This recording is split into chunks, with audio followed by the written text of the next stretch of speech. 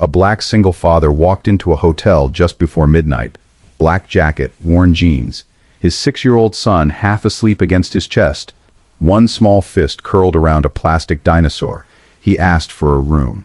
The night clerk looked him up and down, then said, loud enough for the lobby to hear, "We don't really do walk-ins like this, sir." 4 minutes later, that same clerk was printing key cards for a couple who hadn't even called ahead. When the father asked for a manager, he was told to leave the property. In a lobby full of strangers who had no idea the man they were escorting out owned the building under their feet. By morning, someone would lose their job. If you've ever felt like you had to prove you belong somewhere, this one's for you. Stick around. Daniel Reeves hadn't planned on stopping here tonight. 14 weeks on a construction contract in another state had a way of stripping a man's wants down to the essentials. A shower, a real bed, and his son's breathing next to him instead of a phone screen. His flight had landed almost 3 hours late, and by the time he'd gotten through the terminal, it was closing in on midnight. The drive home was another 50 minutes on a good night, and this wasn't a good night. So he made the call he always made when things ran long. They'd stay close. He knew exactly where. The Wren House on Belmont, the crown property of Reeves Hospitality, the chain he'd spent 13 years building out of one failing motel outside Tulsa. He'd opened this location himself, walked every hallway during construction, told his first hires that this building would be proof of what he believed. That hospitality wasn't a performance for people who looked like they mattered.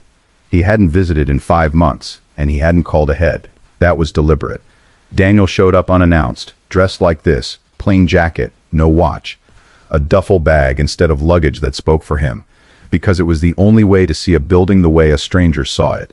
His mother had worked the overnight desk at a roadside inn for 19 years, and something she used to say had stuck with him permanently. You learn everything about a place by watching how it treats the people it thinks it doesn't have to impress. His son, Micah, had fallen asleep somewhere over the state line and hadn't stirred since. 6 years old, all elbows and cowlicks, gripping a small plastic triceratops named Rex like it was load-bearing. Daniel carried him through the revolving doors with one arm, duffel bag over the other shoulder. The lobby of the Wren House looked exactly as he remembered. Warm sconces against limestone walls, low piano music drifting from the bar, a long reception counter staffed by a single night clerk. He'd approved every inch of this room himself. He crossed the floor carefully, mindful of Micah's weight, and stepped up to the desk. The clerk was maybe 25, hair gelled into place, name tag reading, Colin. He looked up, and something in his face recalibrated, not rudely, not even consciously, just a quiet reordering of assumptions. Jacket, duffel bag, sleeping kid. Back to the screen. "Evening," Daniel said. "1 room, 2 guests tonight. Doesn't need to be fancy." Colin let the silence stretch a beat too long before answering. Then he leaned in, voice pitched just loud enough to carry. "Sir, this really isn't the kind of place people just walk into." The sentence landed flat and certain, not shouted, worse than shouted. A man near the lobby bar glanced over without turning his head. Daniel kept his eyes on Colin. "I'm asking for a room. That's it." "We're sold out tonight," Colin said. "No availability. Nothing. Not a suite. Just somewhere to sleep. Fully booked, sir. There are a few other places on the strip that might have something." Daniel didn't argue. He just watched Colin's face, cataloging it the way you'd note a crack in a foundation. 90 seconds later, the doors opened behind him. A couple walked in, the man in a sport coat, the woman in heels that clicked against the limestone like punctuation. No reservation. Didn't matter. Colin's whole posture lifted. "Welcome back. Let's get you set up."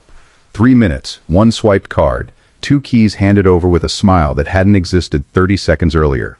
Daniel said nothing. He didn't need to. Micah stirred against his shoulder, mumbling, "Dad, are we there?" "We're here, bud. 1 second." He turned back to the desk. "I'd like to speak to whoever's managing tonight." Colin's smile disappeared. He picked up the phone. The manager arrived in under 3 minutes, mid-40s, suit pressed at midnight like armor. Name tag reading, Roos. He'd clearly been briefed. And he arrived with his mind already made up, positioning himself beside Colin, so the geometry of the room made its point without a word. 2 of them, one of Daniel, one sleeping kid on his shoulder. "Sir, I understand there's confusion. My staff already explained we don't have rooms tonight." "There's no confusion," Daniel said. "I watched your staff turn away a walk-in, me, then book a walk-in couple 4 minutes later. I'd like you to explain that." "My staff exercised judgment. I stand behind it. Daniel let that sit. He thought about his mother, the uniform she wore thin at the cuffs, the way she'd come home some nights and just sit at the table before she could talk again. She'd never called it what it was. She didn't have to. What she'd given him instead of bitterness was clarity, and it settled over him now like something solid. He wasn't going to say who he was. Not yet. He needed to see how far it went. Not for himself, but because if this was happening at the flagship, it was happening somewhere else too, and he needed the full shape of it before he acted. Full name and title, Daniel said, for the record. Bruce gave both cold. Daniel filed it away, stepped back, found a chair, and sat down with Micah against him to wait. He wasn't finished. He was just getting started. He didn't wait long. Bruce didn't leave. He stationed himself near the desk, arms folded, glancing over every few minutes like a man watching a stain spread. Colin kept whispering to him. A young woman at the concierge station, name tag Priya, had gone very still, hands flat on her desk, eyes down. 2 guests at the bar had stopped pretending not to watch. The room had that particular tension people recognize but rarely name. The tension of a group that senses something is wrong and is waiting for someone else to say it first. Bruce eventually crossed the floor. Sir, I want to be direct. This is private property. We've told you we can't accommodate you, and continuing to sit in this lobby isn't something we're going to allow.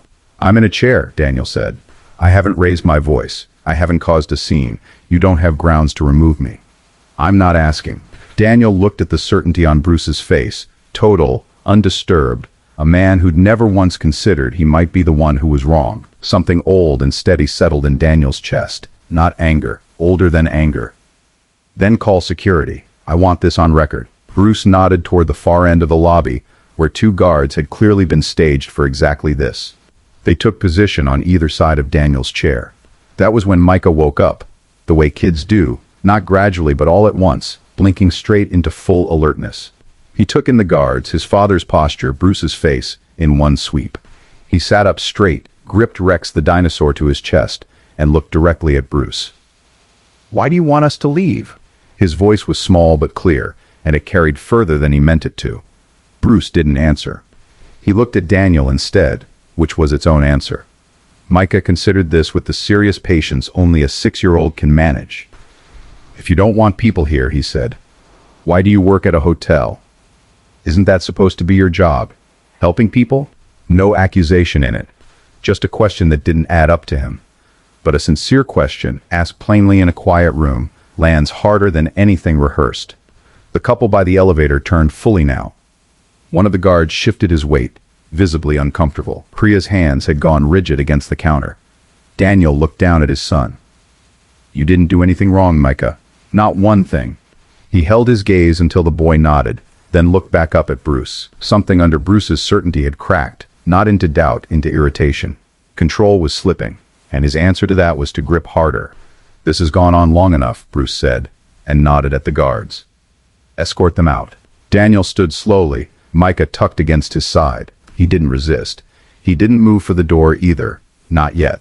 Phones had come out around the room, held low, angled, not performative, just recording. A black man, a sleeping child's stuffed dinosaur, 2 guards, and a manager who'd already decided how this ended. Daniel took out his phone, found a number, called. 4 sentences, a 10-second pause. He hung up and put a hand on Micah's shoulder. Dad, Micah whispered. Do we have to go? Not tonight, Daniel said. We're not going anywhere. Bruce stepped forward, out of patience. Sir, I am telling you for the last. The elevator chimed. Charlotte Wynn stepped out, CEO of Reeves Hospitality. Silver Bob still flattened on one side from sleep, a cardigan thrown over pajamas, 2 members of the overnight ops team half a step behind her, moving like people who understood exactly what they were walking into. She crossed the lobby straight to Daniel. Not to Bruce, not to Colin, to Daniel. And she stopped in front of him and said, with a formality that filled the whole room, Mr. Reeves, I am so sorry you were kept waiting.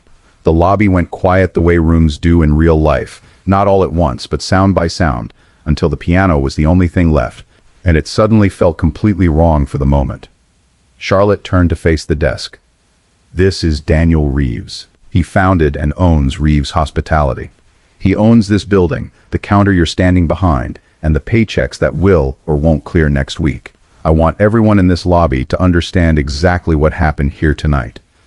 Colin had gone the color of the limestone wall. Bruce hadn't moved, his understanding of the last 20 minutes visibly rearranging itself in real time. Micah tugged his father's sleeve. "Dad, you know her?" Something in Daniel's face finally loosened. "Yeah, bud, I know her." Nobody in the lobby moved for a long moment. Bruce stood frozen in the open floor. Colin had both hands flat on the counter like he needed it to stay standing.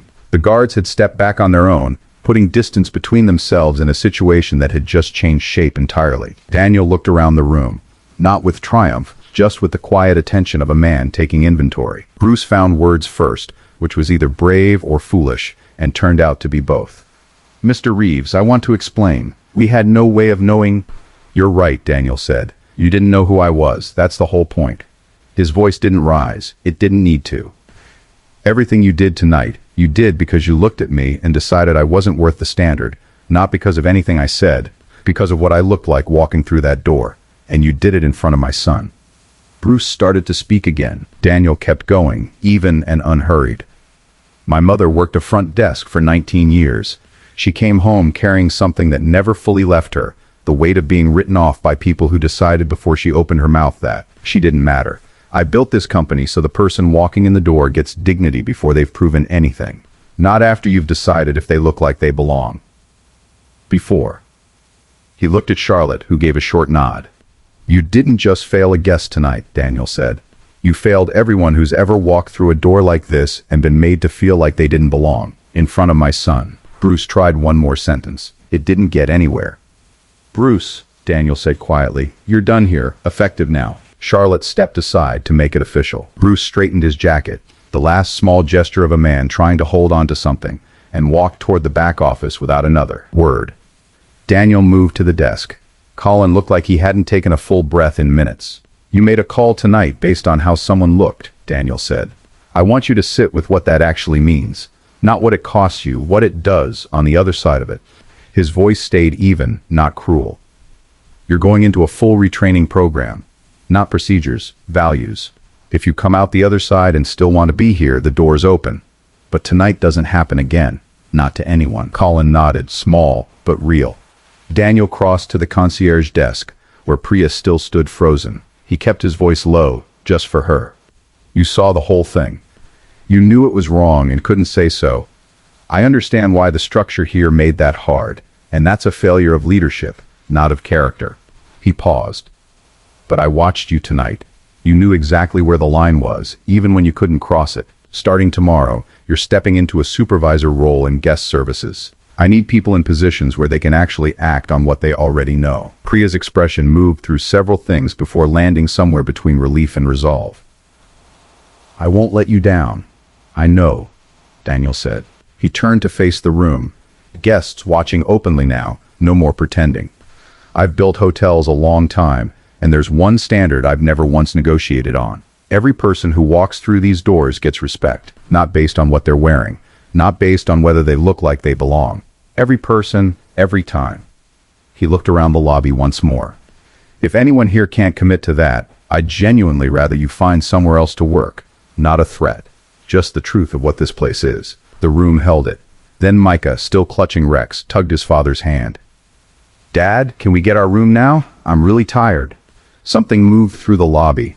Not quite laughter, but close to it. The release a room finds when tension finally has somewhere to go. Even Charlotte pressed her lips together to keep from smiling.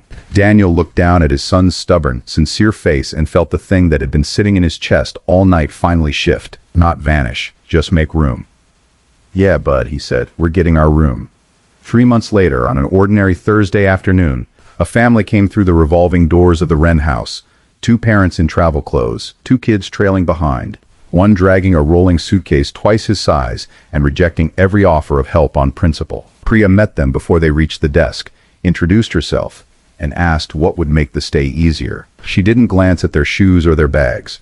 She looked at the tired eyes and the stubborn kid and smiled like she meant it, because she did. Within minutes, the parents' shoulders had dropped.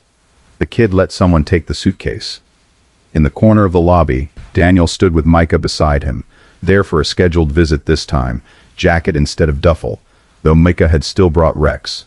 They'd been standing there 10 minutes, and Daniel hadn't announced himself yet because he wanted to watch this first. The ordinary, Everyday version of the thing he'd spent 13 years trying to build. Micah watched Priya laugh with the kids, watched the family exhale. He looked up. Is that what it's supposed to look like? Daniel watched the tired parents settle in. Yeah, he said. That's exactly what it's supposed to look like. Micah nodded once, tucked Rex under his arm, and reached up for his father's hand. They stood there together in the corner of the lobby Daniel had built, watching it finally become what he'd always meant it to be. Every person deserves dignity before they prove anything, before you decide, based on nothing, whether they belong. That's not just good business. That's just what's right. If this one stayed with you, subscribe and stick around.